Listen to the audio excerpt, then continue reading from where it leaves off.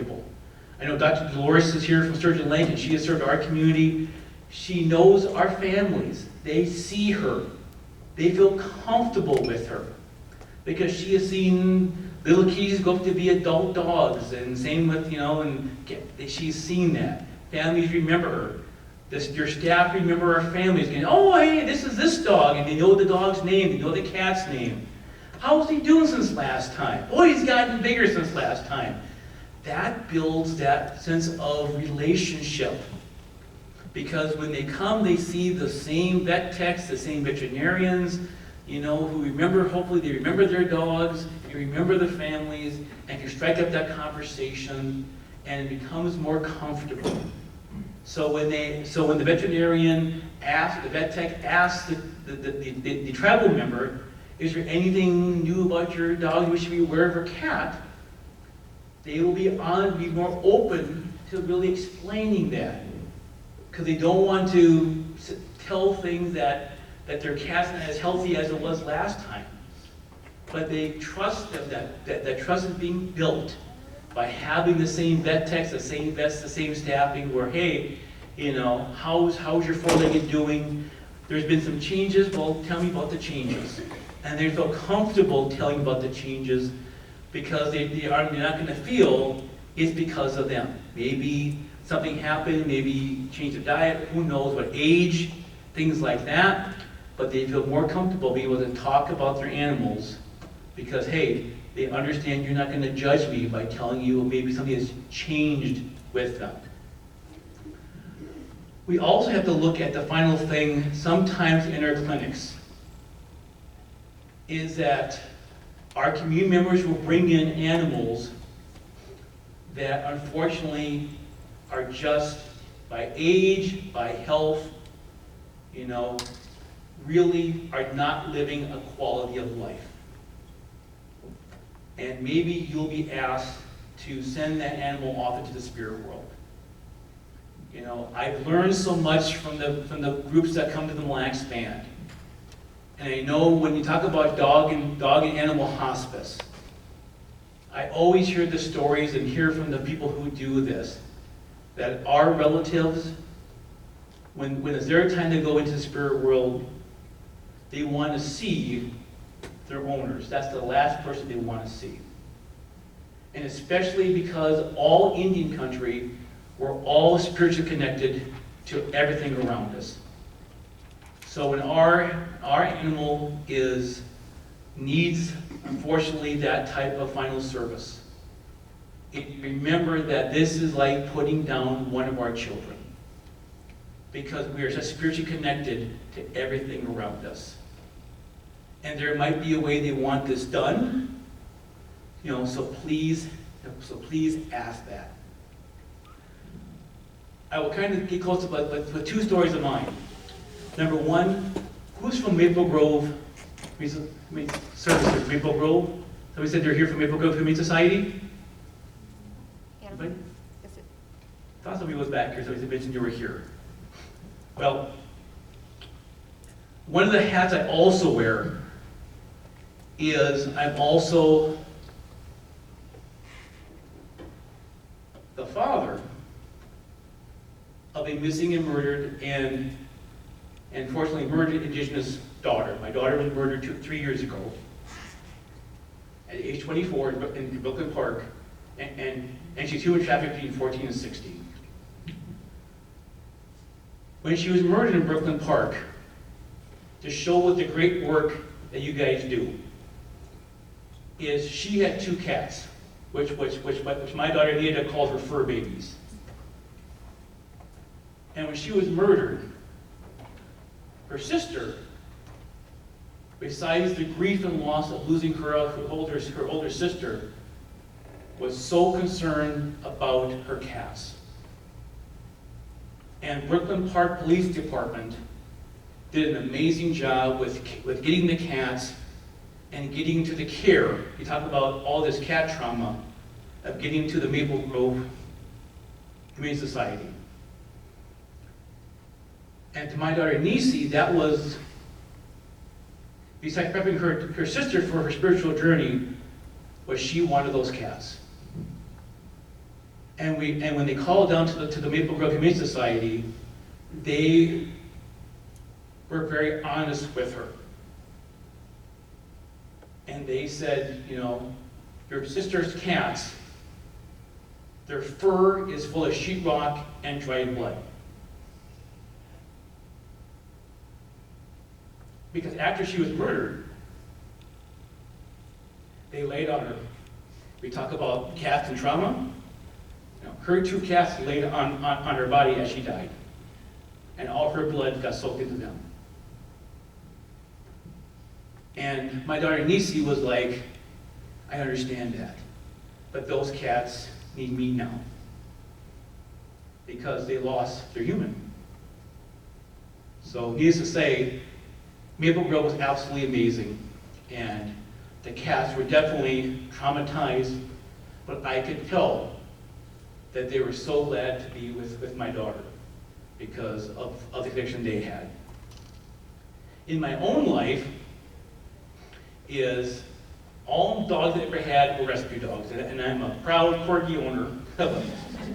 And my last one, Mr. Hanu, we say things happen for a reason. Well, my last Corgi lived to be 16, which is unbelievable for a Corgi. Most Corgis don't live that long because of the hip dysplasia. And Mr. Hanu was showing the old dog stuff. Cough, couldn't hear much anymore, getting a little cataract in the eyes, you know. But I'm an outdoor guy. I'm a woods and water Ojibwe, and I love being in the woods. And I always thought, if Mr. Hanu has to go in the spirit world, please let it be when we're out camping or backpacking in some place he absolutely loves. And for us, it was last year in the Boundary Waters, is final day, 6th day, we're out. And he was out just jumping around, enjoying his favorite spot. And he went out to his favorite little rock park where he likes to go out and look at the lake and stare. And for some reason, when I went out there to see him, there was a big cedar tree. We call this gishik, which is one of our traditional medicines.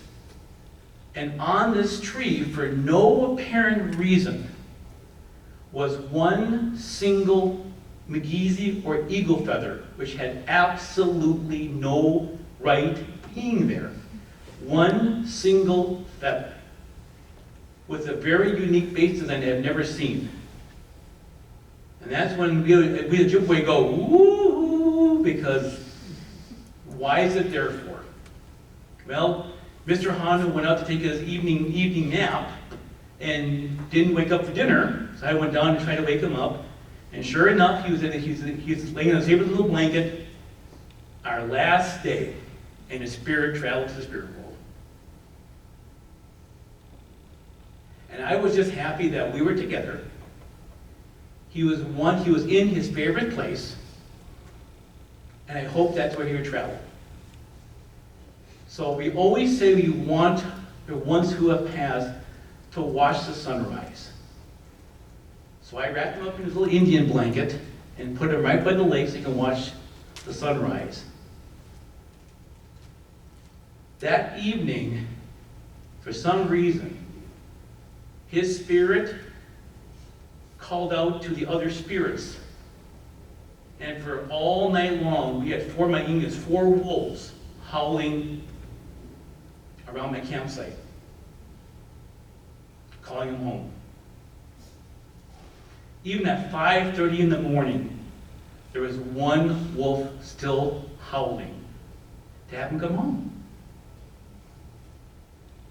So, beautiful ending to his life.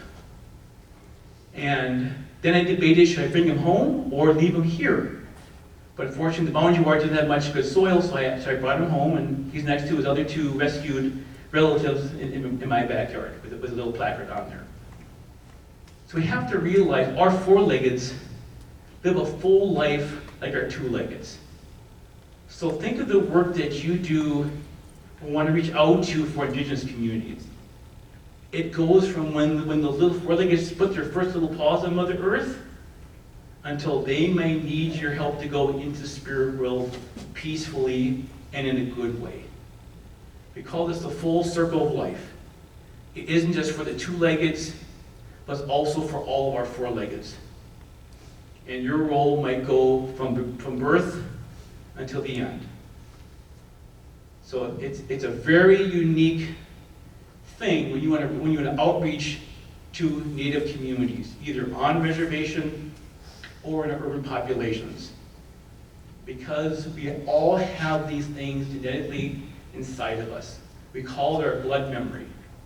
Two-leggeds have it, our four-leggeds have it, just as you heard in some of the presentations with behaviors. So just be aware of that. If you ever want to look at doing outreach to a community and you don't know how to do it or who to reach out to, I always say, I'd be glad to be of service to anybody. Because I think all of the 11 tribal nations are urban, we all have a pretty good relationship with each other, but most of them have been getting some outreach already. But if you want to maybe add to what's already there, talk to the other nonprofits with that one, and we'll be good for that, helping you share that one.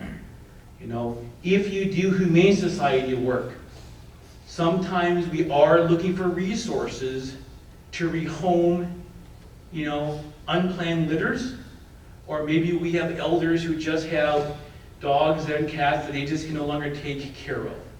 And that might be a resource that you may have. I know so many of you who do Humane Society work or who run shelters are probably full already.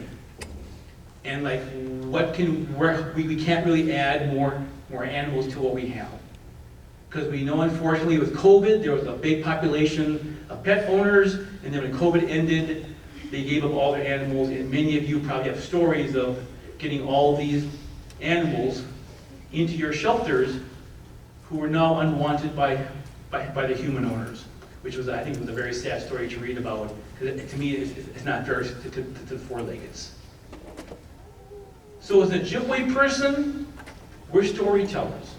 And as a baby elder, I guess I continue that tradition of telling the story. And this is a story of what it takes from all of you considering outreach of any type to either any of the tribes or urban populations. You have to understand what you are coming into for historical trauma, that blood memory, and have to do things in a good way, and hopefully find somebody you can outreach to, for like myself or my counterparts, to start the process. And understand if the AC got mean to you or no, don't be offended. Maybe they're just not ready for the type of resource, but just be curious and say, hey, can I call you back to say, hey, let's talk about it later if it's possible with that. I can put Dr. Loris on the question. Anything you want to add, Dr. Loris, from your service with the Mille Band? It has really been an honor to be involved with the tribal programs. I wish we could do more of them. I wish there were more services available on a continued care situation, but resources seem to be the limiting factor. Great people to work with, and you feel very humble when you receive the gratitude from the people for what you have done. I worked for 10 years on the Fond du Lac Reservation in another capacity in the human dental field, so I had some experience. But after working with Monte, with the bond between, I can tell you it's even more humbling. So I really appreciate the opportunity. And we like her also because she's in the neighborhood. So if our families have questions, she's a local vet, they can call for follow-up, and it's really a neat thing to have also. What I want to do now is, hey, open up the questions and answers, because, and again, my elders always have told me, and now being one myself, is there are no bad questions to ask, okay? If you have a question, we'll just go around here, but I want to make sure if you have any questions, there's no bad question to ask. I'd rather have you leave here today than with that question answered than do the woulda, coulda, shoulda, because I feel I couldn't ask that sensitive question because I didn't want to offend anybody. So, go ahead again. Go ahead.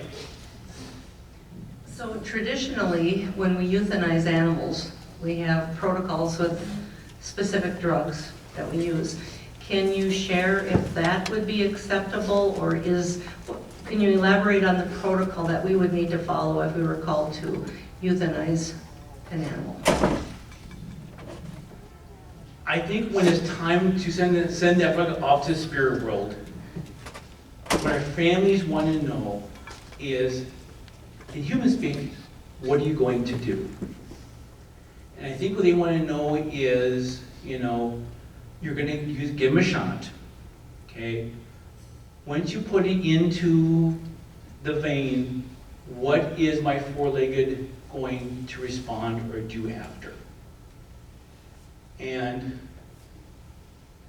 probably the biggest thing, because again, we have so many multi-generational homes, is